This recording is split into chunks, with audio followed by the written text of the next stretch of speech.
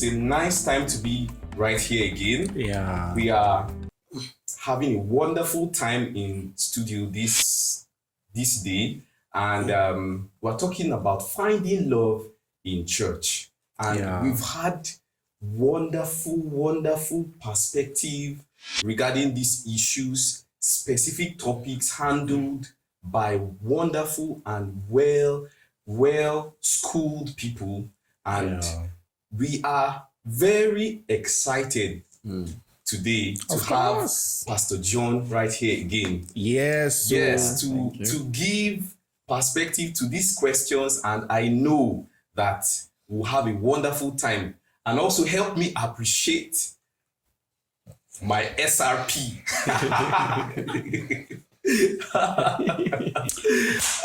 Welcome, guys. Yes. Welcome. Even though they are trying to squeeze my neck, they are trying to, the intimidation is just overwhelming.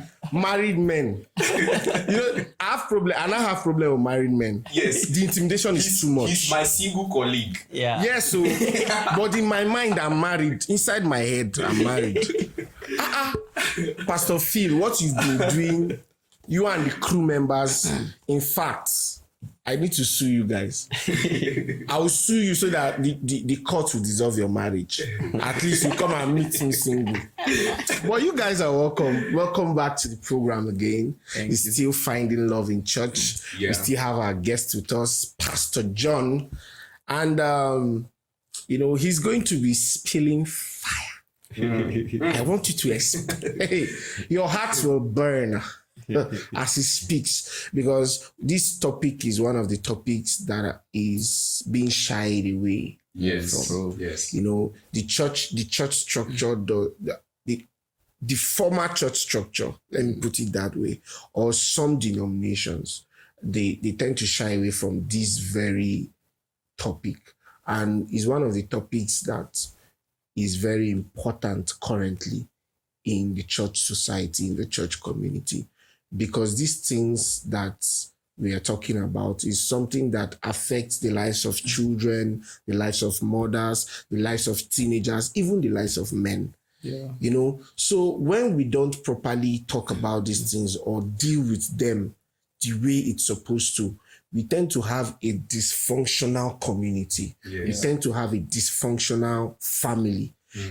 So if in a church there are dysfunctional families, it means that even in the family level, there's no unity. So there can't be unity in the church.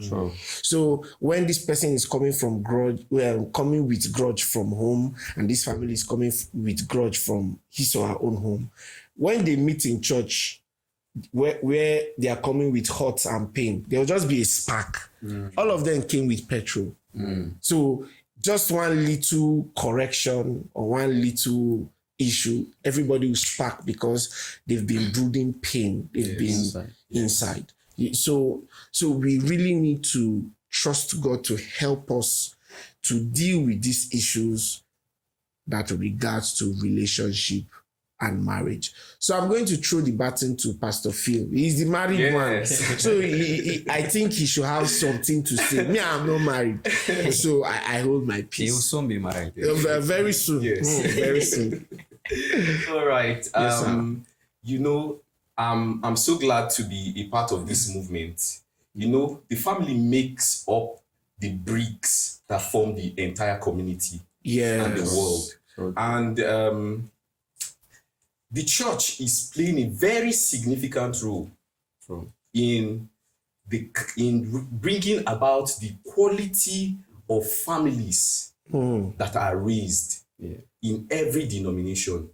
And so, sir, I want to bring this question. In this time and in this age, we've had a lot of information regarding relationship, regarding sex, regarding marriage. A lot of people are being vocal about it. A lot of people are talking about it. A lot of seminars are going on. A lot of people are becoming marriage counselors. But why is it that in this time that there is increased knowledge, we still have an enormous part of church folks that are not schooled in these areas that I've mentioned? the area of relationship, the area of sex, the area of marriage. Why is it that we don't have church folks that are schooled in this area so much? Like the percentage is very low. Yeah, Yes. true. Okay. I love the question because, like you said, it's a practical question and it's something that is happening within us. It's happening everywhere. Yes. Yeah. First of all, I love to come from different points, different perspective, or from a different point of view. The reason why most there's so much information but little impact in this day and time is because of one thing. I call it interest. So somebody might be watching me right now. We're talking about finding love, relationship, marriage. He feels he knows it. He feels he understands it. So what we are saying, he just it's one of those things. So he doesn't have interest in it. So we are bombarding a lot of information to people who are not interested in that information. Wow. So it's just like saying you're sending somebody to school to go and study mathematics. If he's not interested in learning mathematics, there will be so much information. You will have 10 lecturers, 20 lecturers, all giving out that information about how to become a better mathematician. But you see, the student is not interested in it. Yeah. So no matter the quality of the teacher, no matter how good the school is, No matter how good this school no matter how good the school is, no matter how good the teacher is, if the student is not interested in learning what he wants to learn, yes, it will be a complete waste of time. So in the areas of marriage, relationship, and marriage, that's where the church comes in. We need to prick the people to get them interested first. So we are divulging information to people who are not interested in that information. That's where there is a lot of information, but there are little impact. So we need to get the generation interested in marriage. We need to get them interested in relationship. Once they are interested, then we begin to give them that information. In that way, no matter how little or much the information, it will cause a total change. I believe the only reason why some people are interested in relationship talk is because of the heartbreaks. If there are no heartbreaks, they will not be interested. So me now, I now understand where he's speaking from. Yes. Because most people, they've already made up their mind that anything you like say, wait I get from my mind now. Yes. See that thing where the world don't teach me, why I watch for phone. I'm married now. My wife, she goes see am. Sorry to cut in. Yes. But you see, like now, the reason why they love what the world taught them is because the world made it interesting. Interesting. Yes. Yeah, so Wow. there are movies that made love interesting. Some of us, we don't make the real love, the God's kind of love, the true love interesting enough. Not because of it's not interesting, but our presentation matters. Yes. So the world makes it, they are musically wise, they make it interesting. They make the movie interesting. The quality and all that. You are watching a Christian movie portraying love that is not really So if I say something, because I was watching a particular Christian movie, and the brother, you are trying to tell the public that these people are in love, but you are telling it from a perspective that is impossible. It can't happen that way. You say these two people are in love and they are not holding hands. In the movie, you are trying to show us that they are in love. So the thing is that your content is not relating to their everyday life. Yes. It's not appealing. It's not trying to portray what happens every day. Because I know when I meet someone that I love, as a Christian brother, I will hug the person. Yes. I will shake your afar. But even in this content that you are passing on to your listeners or to your audience, the brother in the movie he's not even hugging. He's not shaking. He's staying afar. And greeting. And there is this plague kind of, because it's plague. That, for example, that alone, you get that alone. Yes. Puts somebody that's I want to watch this thing. It sees that life. It's not true. It just shows the reflection of religion again. Yes. So it's more like when we're in school. You get we normally have teachers. It looks like everybody hated mathematics until they brought one female teacher. Never forget her, and that's like one of my foundation in mathematics. Wow. She got each and every one of us interested in mathematics. Till now, if you ask me what was my favorite subject, I'll tell you mathematics. Wow. Because she got each and every one of us interested. And the list in mathematics could not believe that. Is this the mathematics? Wow. So the world has found an interesting way to the point is that they simplify it into smaller forms that even in cartoons for children. Yes. Even in cartoons for children. So for us, so they start the grooming, they start the interest from little children. Yes. So the issue we are having as a body is that we don't make it interesting. So Wow. once it's not interesting, it doesn't really make sense. So they go for what they think is It's interesting. So no matter what it is, no matter what they suffer, what the lady watch in a Korean movie that seems interesting about love, there's nothing you want to tell her in church that you did not present it interesting enough that will make sense. Wow. It will make sense. Wow, So this is- it's interest. If we can deal with interest as a body, as a church, we will win this generation. If we can deal with interest, we win this generation. Wow, this is very, very key. You know, like you mentioned, interest. I would like to say, since we already know that the church is playing a pivotal role in this, do you think, or are there certain ways that you think we can actually make love, finding love in church more interesting, more appealing, so that our church folks can actually be more interested in it? Yeah. So for me, I believe that we can, as a church, we can make it more interesting, very, very interesting, so that our brethren out there will pick interest in it. So they are simplified way, and that's where wisdom comes in. The Bible said, "If you lack wisdom, ask." You get. God is not a killjoy. An average Gen Z or an average person in this generation believes that God is a killjoy. So he doesn't want God. So, but we can present God in his realest form and in a simplified way to make them know that God is not a killjoy. God is interesting. So God is interesting. Yeah, there are adventures in God. There are adventures in love. In fact, God is love. Yes. So what you think? So we can make this thing very interesting. We need to, first of all, an average church mind does not believe in psychology. So we need to study the psychology of our generation. Know what interests them. It's not the devil that plates it there. Every generation has a unique psychology they come with. Yes. Factory reset from God.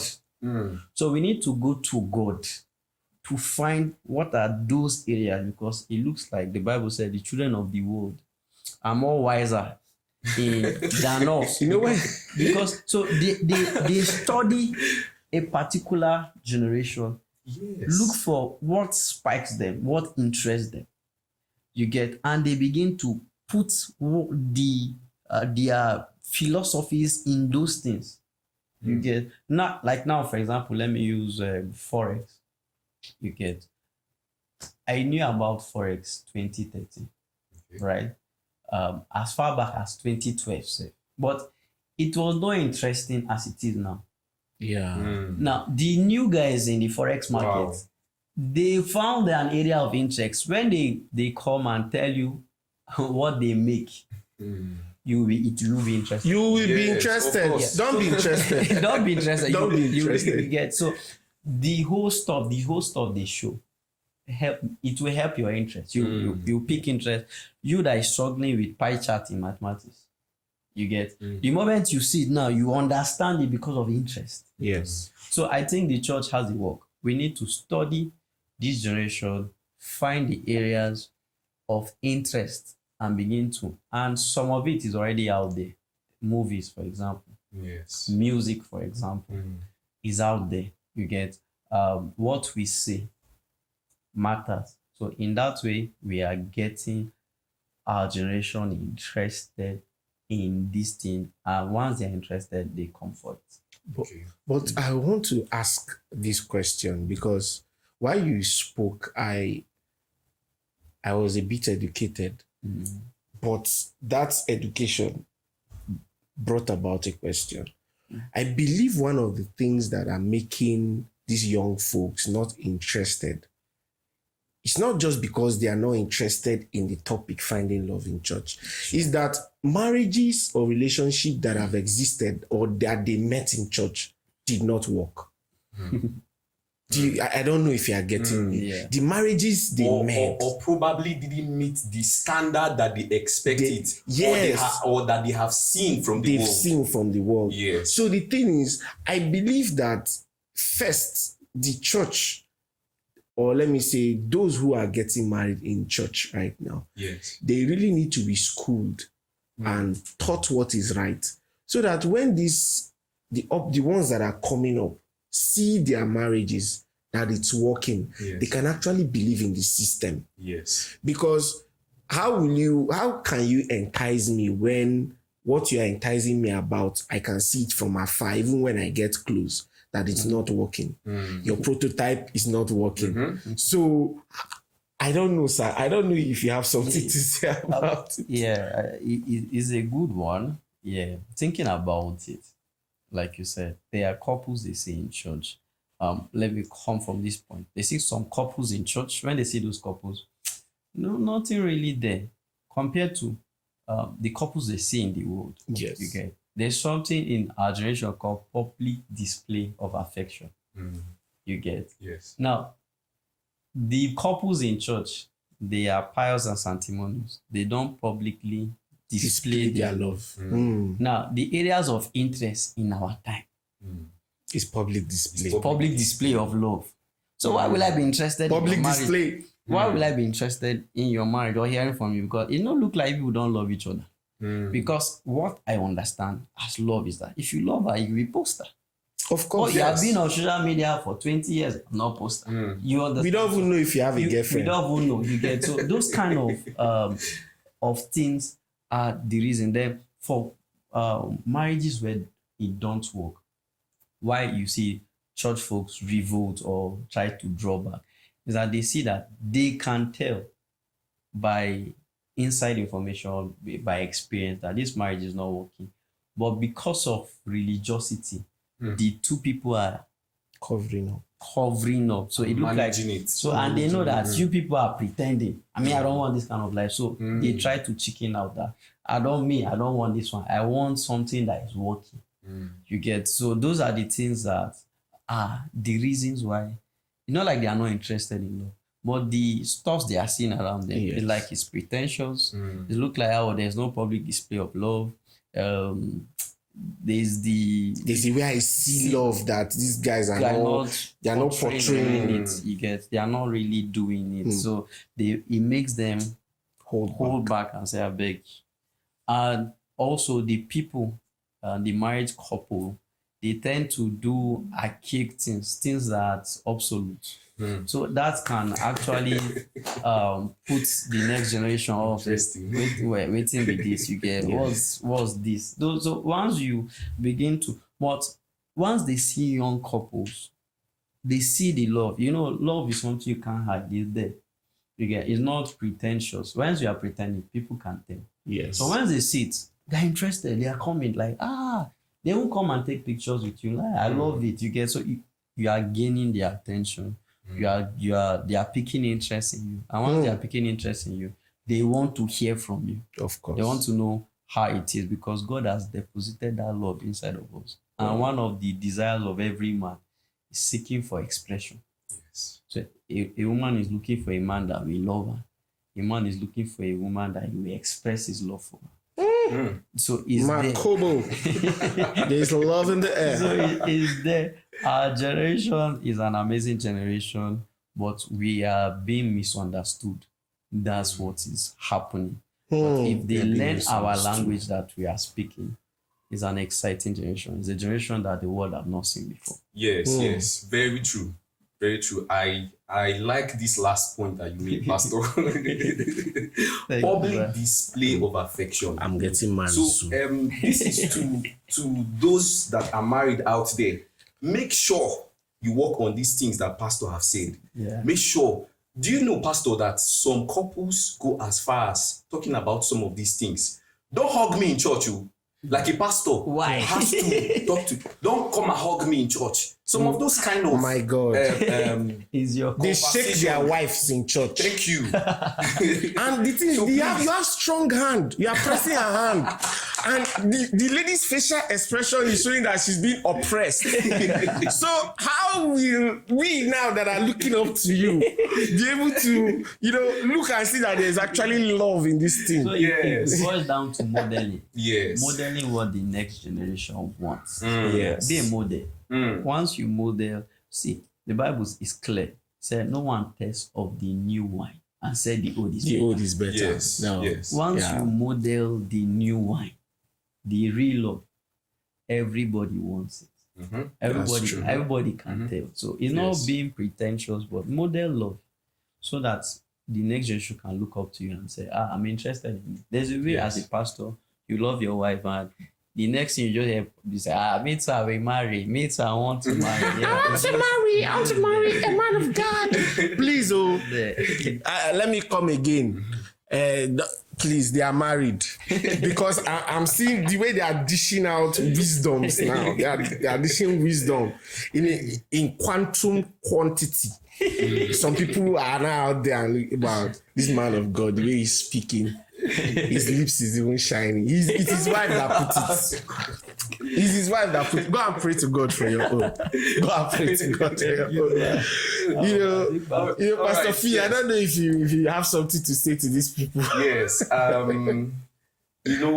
I'm so excited the way we are going with this. And just to move on, you spoke about the role of the church, our spiritual leaders, mentors, counselors in the church.